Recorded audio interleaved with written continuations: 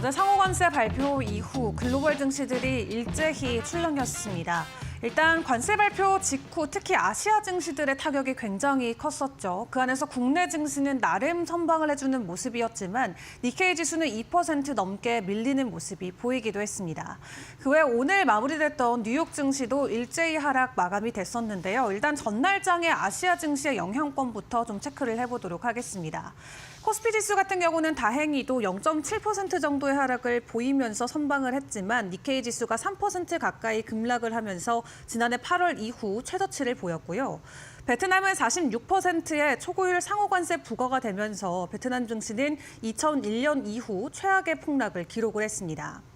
호치민 증시 대표 주가지수인 BN-지수는 6.6% 급락하면서 마무리를 지었는데 거래 종목의 약 70%가 하한가까지 추락했다고 합니다. 그리고 유럽 쪽의 증시도 일제히 흔들렸죠. 또 여기에 유로화 가치는 급등했는데요. 이 외환 시장에서 유로화는 전날보다 1.5% 넘게 오르면서 작년 10월 3일 이후로 처음으로 1.1달러를 돌파를 했고요. 달러 인덱스도 1.5% 이상 하락하면서 장중 한때 102까지 떨어지기도 했습니다. 이렇게 관세 공포의 위험 자산이 폭락하고 있는 가운데 미국의 경기 침체 우려가 커지면서 달러 대신 유로화와 엔화 등 다른 기축통화로 안전자산 수요가 몰리고 있는 것으로 풀이를 해볼 수가 있겠고요. 그런 가운데 어제 트럼프 행정부에서 쏟아냈던 여러 가지 관세 관련 발언 중 상당수는 사실과 다른 억지 주장인 것도 추후 확인이 됐습니다. 특히 한국의 관세 같은 경우 미국의 4배인 13%다라고 주장을 했지만 현실은 미국산 제품이 한국에 수입될 때 적용되는 평균 관세율이 지난해 기준 0.7%에 그쳤다라고 하고요. 일단 상황이 이렇다 보니까 각국마다 저마다의 대응책들을 마련하고 있습니다.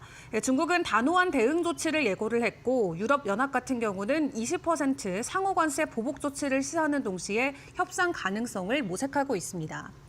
또 직접 트럼프 대통령을 만나서 선물을 미리 보냈었던 일본 같은 경우도 사실상 뒤통수를 맞았는데 다른 나라들의 대응을 살펴보면서 보복 조치에는 신중하게 접근하겠다라고 입장을 밝혔고요. 다만 트럼프 대통령 같은 경우는 전 세계를 상대로 상호관세 폭탄을 투하한 다음 날인 오늘 이 미국 경제가 자신의 관세 정책으로 인해서 더 강해질 것이다라는 주장을 글을 통해서 남겼습니다. 수술이 끝났다, 환자는 살았고 회복 중이다라는 글을 본인의 SNS를 통해서 공개를 했는데 시장이 호황을 누리고 주식시장도 호황을 누리고 국가도 호황을 누릴 것이다라는 글을 남겼습니다. 현실에서는 증시가 일제히 폭락하면서 큰 충격에 놓이긴 했는데 트럼프 대통령은 여전히 굳건한 의지를 다시 한번 피력하고 있는 상황인데요. 일단 이러한 시장 분위기 속에서 월가의 걱정은 더욱더 커져가는 것 같습니다. 스태그플레이션에 대한 위험 요소가 더욱더 높아지고 있다라고 평가를 하고 있는데 그렇기 때문에 지금 시장 안에서의 회피처로 중국 증시를 다시 한번 언급하기도 했습니다. 일단 월가에서는 이번 관세 발표 조치 이후로 시장 안에서 스태그플레이션의 가능성이 고조되고 있다라고 이야기를 했는데요. 이 월가에서 전망하고 있는 올해 경제 전망을 한번 점검을 해보도록 하겠습니다. 관세 발표 이후 노무라 증권 같은 경우는 트럼프 대통령이 전날 발표한 상호관세 그리고 기본관세 등을 반영한 결과 올해 미국의 국내 총생산이 0.6% 성장에 그칠 것이라고 예상을 했고요. 또 연준이 선호하는 인플레이션 지표인 근원 대비 개인 소비 지출 가격 지수도 4.7%까지 상승할 것이라고 전망했습니다.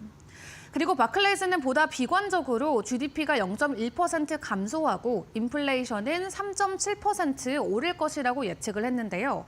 또 연말까지 실업률의 상승 가능성도 언급하기도 했습니다.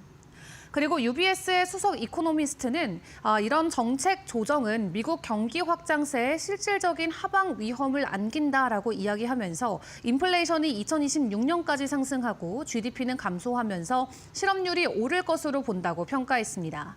그리고 2개 분기 연속으로 마이너스 GDP 성장이 예상된다라고 덧붙이기도 했는데 때문에 월가는 투자자들의 관심이 최근 중국 소비재 주식으로 이동하고 있다라고 전하기도 했습니다. 중국 정부의 경기 부양 정책이 소비재 기업의 실적 개선을 이끌 것이라는 기대가 있기 때문인데 홍콩 증시 상장사인 화룸맥주 같은 경우도 올해 들어서 주가가 10% 넘게 올랐고요. 또 중국의 대표 유제품 기업인 멍류의 주가도 전날까지 10% 가까운 상승을 보였다고 합니다.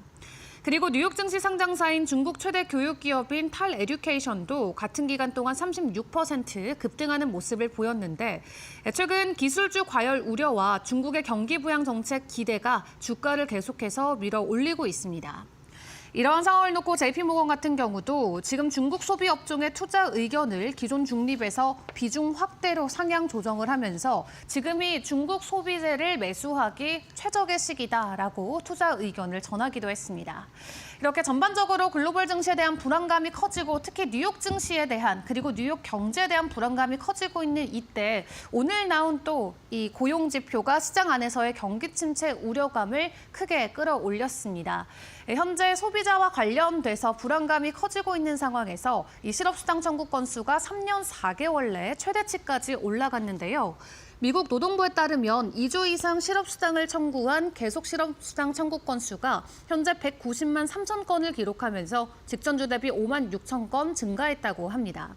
이는 지난 21년 이후 3년 4개월 만에 가장 많은 수치고요. 그냥 실업수당 청구 건수도 21만 9천 건으로 전주 대비 6천 건 줄었다고 합니다. 계속 실업수당 청구 건수가 증가했다는 건 일자리를 잃은 이후 바로 구직하지 못하는 사람들이 늘어났다라는 뜻으로 풀이를 해볼 수가 있겠고요.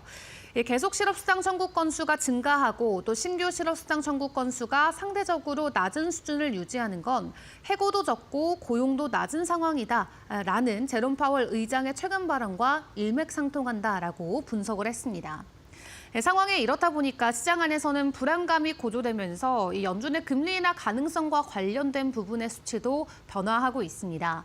연방준비제도 이사회가 다음 회의에서 금리를 인하할 가능성이 기존 10%에서 30%까지 크게 뛰어오르기도 했고요. 일단 트럼프 행정부도 조만간 금리 인하가 나올 것이다라고 이야기를 하고 있는 상황인데 시장의 불안감이 일단은 연준의 금리 인하까지 이어지고 일시적으로 위험 자산에게는 좀 안정감을 불러일으켜줄 수 있을지 앞으로의 결정들도 잘 챙겨보시길 바라겠습니다. 그런 가운데 M7 중 간밤 가장 큰 폭의 하락을 보였던 거는 애플이었습니다. 9% 넘게 갑작스러운 폭락이 나왔죠. 203달러까지 주가가 하락하면서 2020년 이후 최악의 하루를 보내기도 했는데요. 일단 트럼프 행정부가 발표한 새로운 관세 정책이 애플의 수익성에 상당한 부담을 줄 것이라고 시장이 전망을 하고 있습니다. 특히 하드웨어 조립의 80%에서 90%를 중국에 의존하고 있는 애플로서는 관세 부담 회피를 위한 공급망 재편이 불가피할 것으로 보여지는데요. 트럼프 행정부는 최근 중국산 제품의 54%, 그리고 인도산에는 26%, 베트남에는 46%에 달하는 초고율의 관세 부과 방침을 밝혔습니다. 이에 따라 애플의 하드웨어 수출 비용이 급증할 수밖에 없는 상황인데 현재 제품 가격을 동결할 경우 애플의 정체 총이익률이 약 9% 수준까지 하락할 것으로 추산이 되고 있습니다. 또 트럼프 대통령이 발표한 상호 관세가 시행되면 최악의 경우 아이폰 최상위 모델 가격은 원화로 333만 원까지 이를 수 있다라는 분석이 나왔는데 이 애플이 관세 부과에 따른 비용을 소비자에게 전가한다면 아이폰 가격이 현재보다 40%까지도 오를 수 있다라고 현재 분석가들은 예상을 하고 있습니다. 다만 애플 전문 애널리스트인 권밍치 같은 경우는 관세 부과가 애플에 분명히 단기적인 악재로 작용하긴 하지만 애플은 다양한 대응 전략을 통해서 타격을 최소화할 수 있는 역량을 갖추고 있다라고 평가했는데요. 미국 내 고급형 아이폰은 전체 신모델 판매의 70%를 차지하는데 이 고소득층 소비자들은 가격 인상에 상대적으로 관대하다는 게 그 이유입니다. 그리고 애플이 통신사 보조금을 확대하거나 기기 반납 할인 프로그램을 축소하는 방식으로 관세 비용을 일부 상쇄할 수 있다라고 전망하기도 했고요. 공급망에 대한 원가 절감 압박 역시 애플의 중요한 카드로 작용이 될 수가 있겠습니다. 또 설령 단기적으로 총이익률이 40% 아래로 하락하더라도 이러한 전략이 뒷받침된다면 장기적으로는 다시 40% 이상의 수익성을 회복할 수 있을 것이다라고 전문가들은 전망하는데요. 다만 보다 중요한 변수는 여기서는 거시경제적 영향이 될 것 같습니다. 이 소비자들의 심리가 위축되고 구매량이 감소가 된다면 애플 제품의 교체 주기가 길어질 수 있는 구조적인 리스크가 존재하고요. 단순한 관세 이상의 영향을 시장에 남길 수가 있겠습니다. 일단 공급망 재평이나 가격 전략 수정, 그리고 소비자들의 심리 변화 등 총체적인 대응이 요구되고 있는 새로운 국면은 애플은 다시 한번 맞이하게 됐는데 여기에 AI 지각생이라는 타이틀까지 가지고 있기 때문에 시장 안에서의 불안감은 애플 주가로 더 향하고 있는 것 같습니다. 그런 가운데 간밤 암호화폐 시장과 관련된 추가적인 업데이트 소식도 함께 점검을 해보겠습니다. SEC의 위원장 최종적으로 폴 애키슨 위원으로 승인이 됐습니다. 친암호화폐적인 성향을 보유하고 있는 애키슨 위원이 이 SEC의 수장으로 다시 한번 올라가게 된다면 시장 안에서의 긍정적인 기대감이 크게 커질 수가 있겠는데요. 다만 간밤 암호화폐 시장은 뉴욕 증시의 급락과 함께 추가적인 가격 하락을 보이면서 일단은 장을 마무리를 짓는 모습을 보였습니다. 오늘 국내 시간 기준으로 또 추가적인 변동성이 나올 수 있을지 암호화폐 시장도 같이 주목을 해보시죠. 지금까지 머스노 5 시간이었습니다.